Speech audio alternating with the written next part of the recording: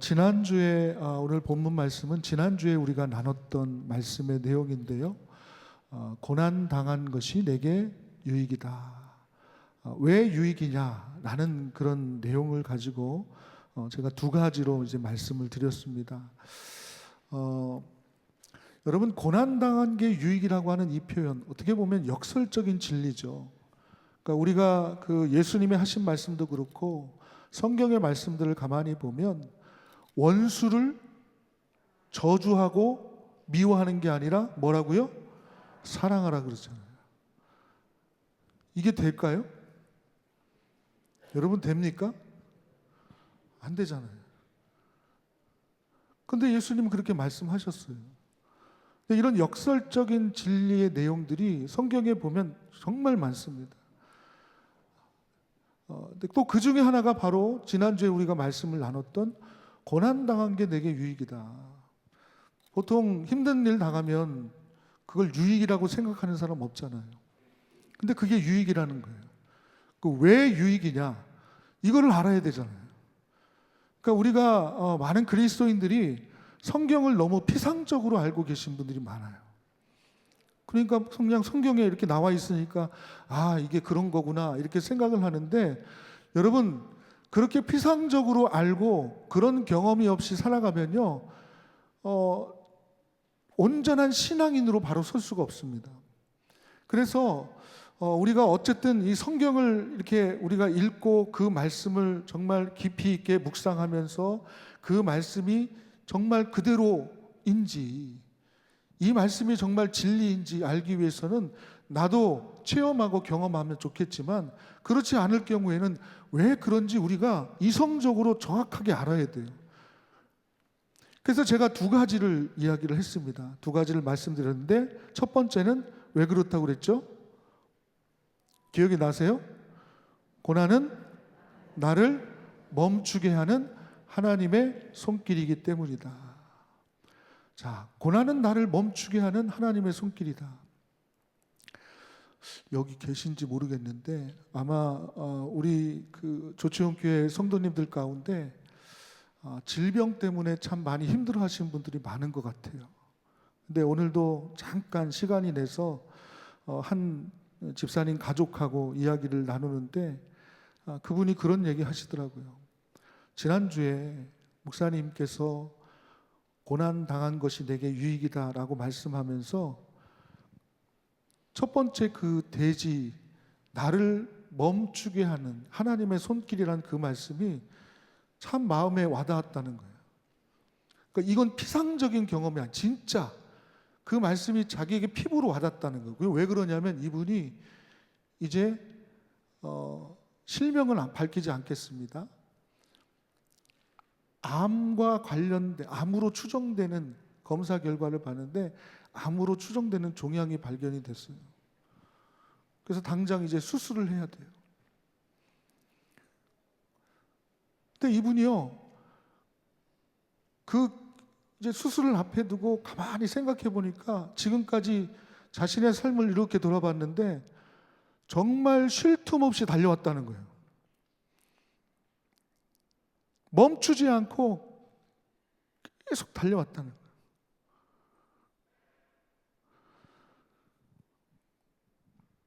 사랑하는 남편을 만나서 결혼을 하고, 그리고 부모님 계시는데 어머님은 좀 몇 년 전에 돌아가셨어요. 그리고 오빠가 있고, 그리고 자신의 꿈을 향해서, 미래를 향해서 막 그냥 계속 달려온 거예요.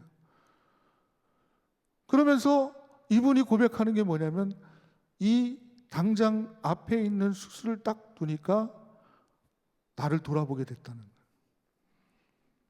거예요. 내가 그동안 멈추지 않고 달려왔구나. 제가 그러면서 한 가지 그 예를 들었죠. 그 예가 뭐냐면 누구예요? C.S. 루이스의 책이죠. 스크루테이프의 편지에 보면 여기에는 베테랑 악마가 이 풋내기 마귀, 웜우드라고 하는 풋내기 마귀에게 사람을 넘어뜨리는 방법을 알려주는 거예요. 이거는 이제 그 소설, 편지니까 편지로 된 내용인데, 근데 그 내용을 보면은 이 사탄의 전략이 무엇인지를 우리가 알 수 있는 거예요. 그러면서 제가 한 대목을 말씀드렸습니다. 이 베테랑 악마가 마귀에게 뭐라고 얘기했냐면, 야, 사람들에게 고난을 주지 마. 고난을 주면 자신의 인생을 돌아보게 돼. 그래서 그냥 바쁘게 살도록 내버려둬.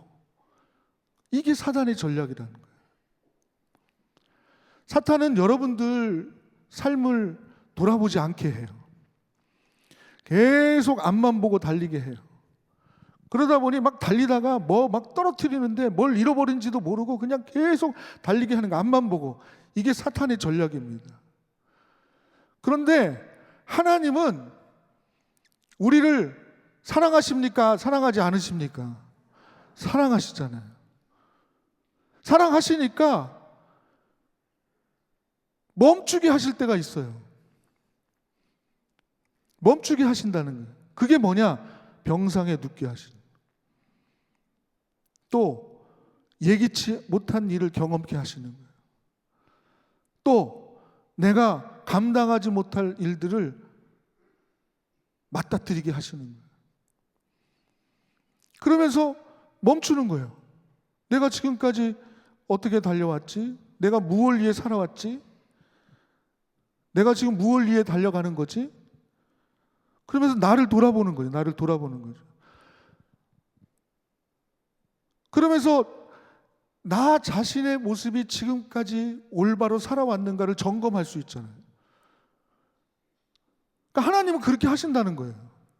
그게 고난이라는 이유, 고난이라는 방법으로, 고난이라는 내용으로 우리에게 오는 거예요.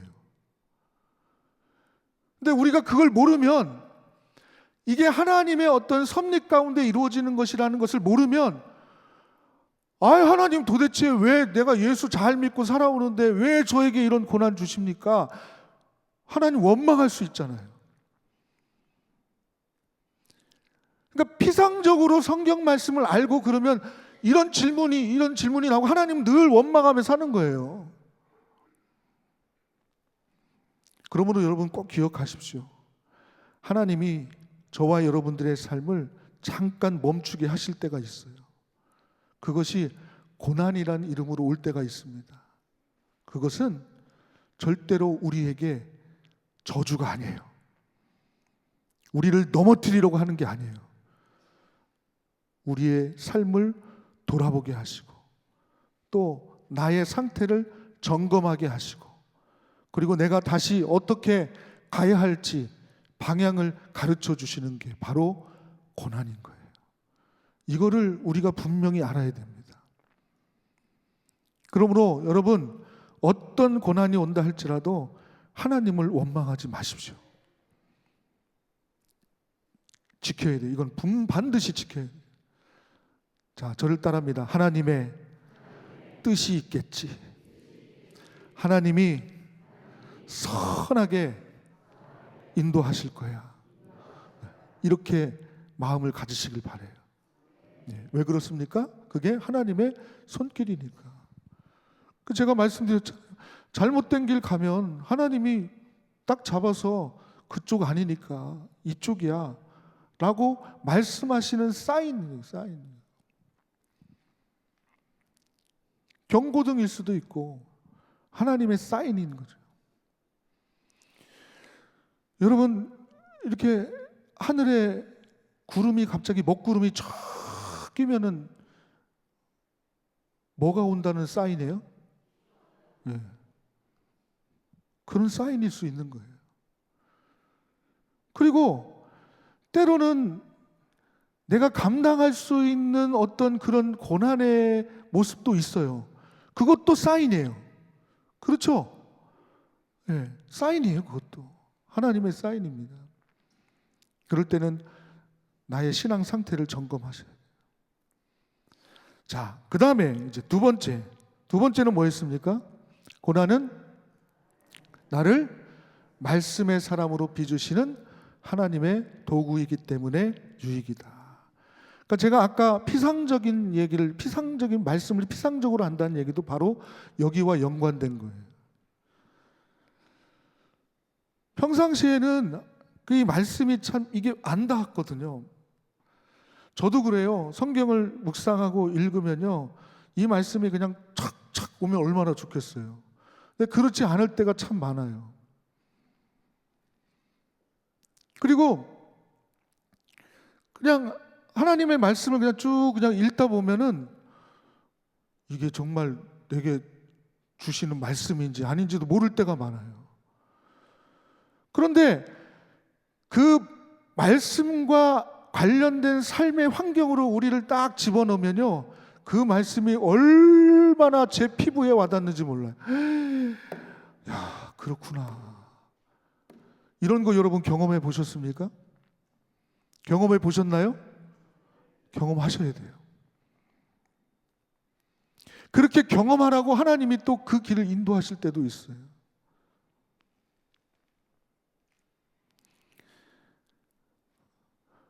하나님의 말씀을 그냥 읽을 때는 우리가 잘 몰라요. 그냥 이렇게 넘길 때가 참 많아요. 그런데 우리를 고난의 길로 우리를 이렇게 이끄셔서 말씀의 사람으로 우리를 만드실 때는 이런 방법도 하나님이 사용하시는 거예요. 그래서 그 말씀을 보고, 야, 이 말씀이 내게 주시는 거구나. 질병 가운데 있는 분들에게는 여호와 라파, 치료하는 하나님이시다. 이 말씀이 평소에는 잘 몰라요. 근데 병으로 앓고 있는 사람들에게는 이 말씀이 얼마나 큰 은혜인지 몰라요. 치료하는 광선을 비추어서 내가 외양간에서 나온 송아지같이 뛰리라. 이 말씀에 얼마나 큰 은혜를 받습니다. 좌절 가운데 있는 사람들에게 하나님 너를 일으키실 거야. 너를 붙잡아 주시고 계셔. 너를 결코 버리지 않으셔. 이 말씀이 얼마나 큰 은혜가. 그래서 그 말씀으로 다시 일어나게 되는 것입니다. 제가 그 예를 또 하나 들었죠. 조코비치 테니스 선수 이야기했죠. 이분이 어릴 때 이 뼈가 휘어진 거예요. 그래서 병원에 갔어요. 부모님이 갔는데 방법이 없는 거예요. 근데 한 가지 딱 유일한 방법이 있었어요. 그게 뭐였죠? 아빠가 해야 돼요. 엄마는 못 한대요, 보통. 아빠가 해야 된대. 그 뼈를, 그 어린아이, 3-4살 되는 그 아이의 그 다리를 꽉 잡고 휘어진 그 뼈를 단단한 병으로 막 미는 거예요. 얼마나 아프겠어요. 그러나 해야 됩니까? 안 해야 됩니까? 해야 되는 거예요. 거기에 하나님의 마음이 있음을 여러분 아시길 바라요. 그 아이의 뼈를 이렇게 미는 이유는 결국 그 아이를 사랑하기 때문인 거예요. 그 아이의 미래를 위해서인 거예요. 그러니까 애가 싫다고 아프다고 그렇게 고통 속에 부르짖어도 눈물을 머금고 미는 거예요. 그게 하나님 아버지의 마음이에요. 우리를 위한, 우리의 미래를 위한, 우리를 사랑하시기 때문에 하시는 하나님의 도구인 거예요, 고난이. 그래서 그것을 우리가 잘 아셨으면 좋겠고요. 결국 제가 탕자의 이야기를 드렸죠. 탕자가 잘 될 때 아버지 찾았어요? 아버지 찾지 않았어요. 언제 아버지를 찾았습니까? 언제 아버지를 찾았죠? 네, 돼지우리에서 주업 열매를 먹을 때 아버지를 찾습니다. 그리고 성경에 보면 이에 스스로 돌이켰다 그랬어요. 그리고 아버지께로 간 거예요. 그가 돼지우리에서 주업 열매를 먹지 않았다면 그는 평생 아버지를 떠나 살았을 거예요. 그러나 그런 고난 속에 있을 때 그는 자신을 돌아보게 됐고 멈추게 된 거죠. 그리고 그 멈춤은 자신을 돌아보게 됐고, 그러면서 야, 아버지의 사랑이 컸구나, 그걸 깨닫게 됐고, 그리고 그렇게 돌아서면 결국 아버지께로 갈 수가 있었던 겁니다. 고난은 바로 그렇게 우리에게 유익이 되는 것입니다. 저는 우리 구역장님들 또 구역 식구들에게 이 말씀을 전할 때 이 두 가지 메시지를 분명하게 전하셨으면 좋겠고요. 또 오늘 주보해 보면 이 두 가지 내용을 잘 정리를 했습니다. 그러니까 요거를 그대로 읽어주시면 좋겠고, 그리고 마지막으로 꼭 반드시 해줘야 될 게 있어요. 그냥 이 내용만 전하시면 안 돼요. 거기 보면 뭐가 있어요? 나눔 질문이 있습니다. 나눔 질문을 꼭 해주셔야 됩니다. 그래서 1번, 2번, 3번, 4번, 5번까지 있는데, 최근 내 삶 속에서 고난이라고 느꼈던 사건은 무엇이었습니까? 그러면서 서로 이렇게 이야기를 나누셔야 돼요. 그래서 이 말씀이 실제적인 내 삶에 어떤 은혜가 되고 어떤 도전이 되고 또 그것이 어떻게 나에게 유익한 것인가를 분명하게 깨닫는 시간이 되어야 합니다. 그래서 나눔 질문 꼭 하시고 은혜로운 그런 구역 모임이 되셨으면 좋겠습니다.